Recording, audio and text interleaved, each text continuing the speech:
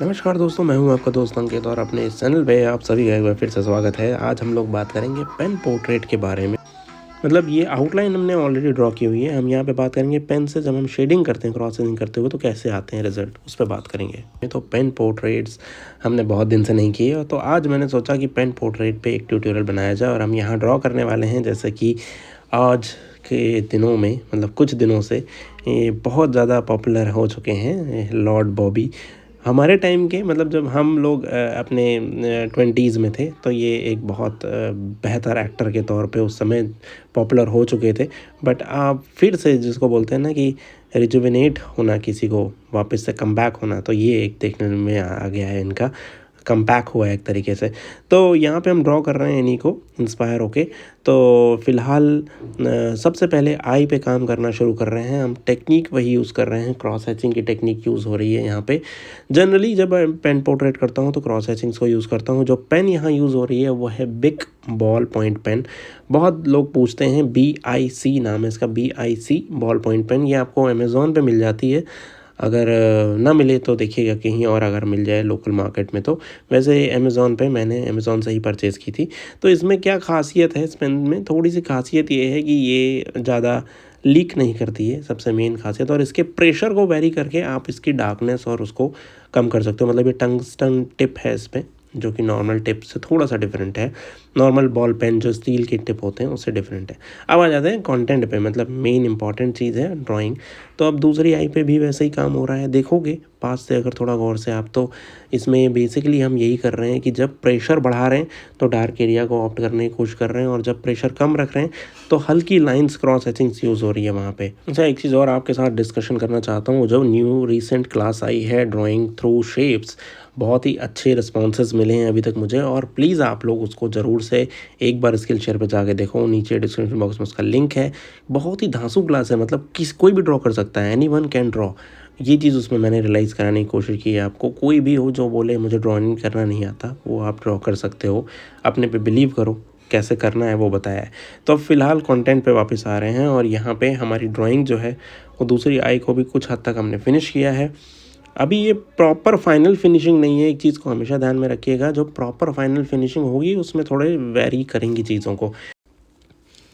अब जब हम इसमें क्रॉस हैचिंग करते हुए चल रहे हैं तो आप देखोगे प्रेशर कम दे रहा हूँ और लाइंस को ड्रॉ कर रहा हूँ, हॉरिजॉन्टल लाइंस को ड्रॉ कर रहा हूँ। थोड़ा जूम करके देखते हैं इसको।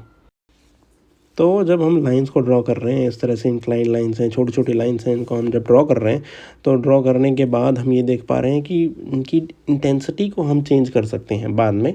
लेकिन अभी एक लाइट लाइंस को ड्रॉ कर रहे हैं, मतलब बहुत ज़्यादा प्रेशर नहीं डाल रहे हैं इस पर, बहुत कम प्रेशर लगा करके हल्की लाइंस ड्रॉ कर रहे हैं। ये भी इस पेन से बहुत ईजिली हो जाता है। नॉर्मली अगर आप किसी ऐसी बॉल पॉइंट से करोगे जिसमें लीक बहुत ज़्यादा होता है तो वहाँ पे फिर आपके बहुत सारे धब्बे पड़ जाते हैं। तो वो एक चीज़ है, यहाँ पे थोड़ा सा एडवांटेज मिलता है। या फिर एक लोकल ब्रांड की कोई भी बॉल पॉइंट पेन खरीद लो, एकदम नई होनी चाहिए वो, मतलब वो ज़्यादा चली हुई ना हो, तो उससे आप जब बनाओगे तो आपका पोर्ट्रेट अच्छा बनेगा। मतलब वो पेन नई होनी चाहिए, है ना, सर, ब्रांड न्यू, उसका टिप ज़्यादा घिसा ना हुआ हो, तो वो भी एक फ़ायदा आप उठा सकते हो। अदरवाइज़ फिर क्या है, हमने जैसे अब हमने देखो, अब हम दूसरी लेयर तीसरी लेयर पे आएंगे। हमने नोज़ पे थोड़ा सा काम कर लिया, हमने थोड़ा वैल्यू को ऐड ऑन कर लिया है। तो अब हम धीरे धीरे धीरे धीरे और लाइंस बनाते जाएंगे। मतलब लाइंस के जो इंटेंसिटी है उसको बढ़ाते जाएंगे, मतलब लाइंस को बढ़ाते जाएंगे, ठीक है। अभी इसमें ये बात भी होती है, कुछ लोग सोचते हैं खाली लाइन लगाने से काम चल जाएगा, ऐसा नहीं है। आपको डायरेक्शंस देखना पड़ेगा। आपको ये देखना पड़ेगा कि फोर्स कितना है उन लाइनों में। सेकंड थिंग, बहुत अगर डर डर के, जैसे ये कुछ लोगों को देखा मैंने स्केल से भी लाइन ऐसे बनाने लग जा रहे हैं, तो पोर्ट्रेट तो ठीक ठाक बन जाएगा, बट वो समझ में आ जाएगा कि वो स्केल से ड्रॉ कर रखा है आपने।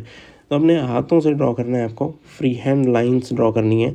जब फ्री हैंड लाइंस ड्रॉ करोगे फोर्स के साथ, स्ट्रोक दिखेगा उसमें, आपका फोर्स नज़र आएगा, तब वो जाके बेहतर क्रॉस हैचिंग पेन पोर्ट्रेट बनेगा। अच्छा, दूसरा एक टेक्निक और भी होता है जो आर्टिस्ट यूज़ करते हैं पेन पोर्ट्रेट्स में, वो होता है बिल्कुल रियलिस्टिक वाला, जिसमें हम बहुत धीरे धीरे छोटे छोटे एरिया को इसी वाली पेंसिल से या कोई ऐसी सिमिलर पेन से, इतने ज़्यादा एक्चुअली पेंसिल वाले हम पोर्ट्रेट ट्यूटोरियल करते हैं कि पेंसिल ही आ रहा है ज़बां पे। तो जो पेन पोर्ट्रेट करते हैं उसमें देखा होगा आपने, बहुत छोटे छोटे सर्किल्स क्रिएट करते हुए पूरे पेपर को हम कवर्ड अप करते हैं यूजिंग पेन। वो प्रोसेस बहुत लंबा है। जैसे अगर अब मान लो ये अभी मैंने पोर्ट्रेट किया 1-1.5 घंटे में, 2 घंटे में, तो वो पोर्ट्रेट जो है वो आपको इट विल टेक अराउंड मतलब बहुत ज़्यादा टाइम ले जाएगा। कई बार तो 8-8 घंटे लगे रहते हैं एक ही पोर्ट्रेट पे। So if you do have that much of time you can do that, try करके देखो।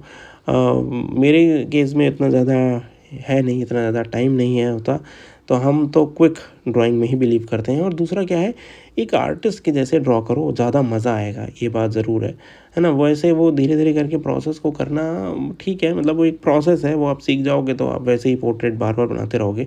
बट प्रोसेसिंग वाले में क्या है, हर बार एक चैलेंज होता है। हर बार ये होता है कि कहीं लाइंस जो हैं वो गलत तो नहीं हो रही हैं, कहीं ऐसा नहीं है कि मतलब आपको रियल इमेज को कॉपी करना है एज इट इज़। आपको अपने एफर्ट्स डालने हैं, अपने इमोशंस, अपने एक्सप्रेशंस डालने हैं पोर्ट्रेट में, तो वो एक चैलेंज रहता है हमेशा। तो ये एक ख़ास बात है जब हम इस तरह से ड्रॉ करते हैं। तो जो वाइट एरिया है, देखो आप हाईलाइटेड एरिया है, वहाँ पे मैंने पेन इतनी ज़्यादा ड्रॉ नहीं की है। तो ये भी एक तरीका है हाईलाइट करने का। जैसे आप रियल इमेज में भी देखो, वही चीज़ मैं यहाँ भी फॉलो कर रहा हूँ। उन एरियाज़ को मैं ज़्यादा टच नहीं कर रहा हूँ। देन हम आ गए हैं लिप्स पे, और लिप्स में भी हम इस तरीके से फिर ज़्यादा एरिया क्योंकि दिख ही नहीं रहा है और सब बियर्ड और मुस्टैच में ही छुप गया है, तो थोड़ा सा वहाँ पे भी हम लाइंस को क्रिएट करेंगे। और फिर जब हम मुस्टैच पे आएंगे और बियर्ड पे आएंगे इस तरीके से, तो वहाँ सब कुछ हमें डार्क करना ही है। तो और अच्छा, इस चीज़ में भी एक चीज़ ध्यान रखना, जब आप बियर्ड और मुस्टैच करते हो तो लाइंस जो हैं वो कोशिश करना, जो बियर्ड का फोर्स है होता है नेचुरली, जो हम बचपन में ड्रॉ करते थे ना लाइन, बियर्ड और मुस्टैच जिस तरीके से, उसी तरीके का फोर्स सोचने की कोशिश करना। डायरेक्शन जो होगा लाइंस का वही होगा। तो मैं भी वही कर रहा हूँ फ़िलहाल अभी। और इस तरीके से फिर फाइनली हम हेयर पे आ गए हैं, और हेयर में भी फंडामेंटल वही रहेगा, जो ओरिजिनल डायरेक्शन है, टेक्सचर है हेयर का, उसी को कॉपी करने का कोशिश कीजिए।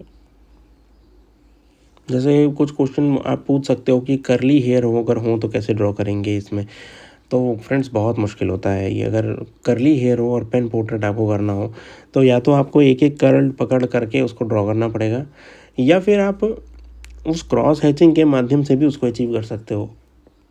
ये मैंने कुछ वीडियोस ट्यूटोरियल में बताया भी है कि कैसे कर्ली हेयर को भी हम क्रॉस हैचिंग करते हुए अच्छे से फिनिश कर सकते हैं।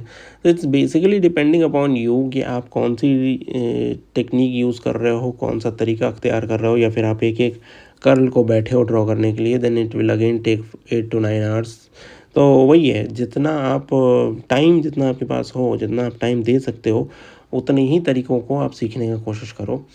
मतलब ये ना हो कि आप पूरा पूरा दिन लगा दे रहे हो एक आर्ट वर्क में, और फिर या तो वो कोई अपना स्टाइल आप उसमें जनरेट कर रहे हो, तब तो वो ठीक है। अदरवाइज़ खाली रियलिज़म को अचीव करने के लिए वो उतना मैं उसको बेहतर नहीं मानता हूँ। तो अब इसको हमने यहाँ तक फिनिश कर लिया है, और आई होप कि ये फिनिशिंग आपको ठीक ठाक लगी होगी, सेटिस्फैक्टरी लगी होगी। और ये कुछ इस तरीके से दिख भी रहा है, यहाँ पे आप देख सकते हो। फ़िलहाल इतना ही फ्रेंड्स, और कैसा लगा ये ट्यूटोरियल ज़रूर बताना। और कितनों ने ये मूवी देखी है वो भी ज़रूर बताइएगा कमेंट बॉक्स में। Thank you so much. Please channel को सब्सक्राइब कीजिएगा। Love you all friends. Take care of yourself. Good bye. Please subscribe. Thank you.